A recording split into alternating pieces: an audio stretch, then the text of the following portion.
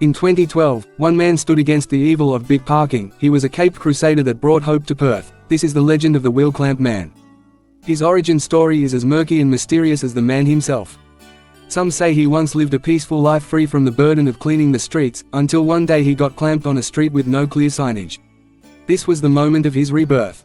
He merely adopted parking infringement rage. He was now born into it, molded by it. By the time he saw the no parking sign, it was too late for predatory parking officers. It was at that point he turned to the angle grinder, the spinning blade of liberation. He wasn't in the women's 8 rowing final in the 2004 Olympics, so he wasn't taking it laying down.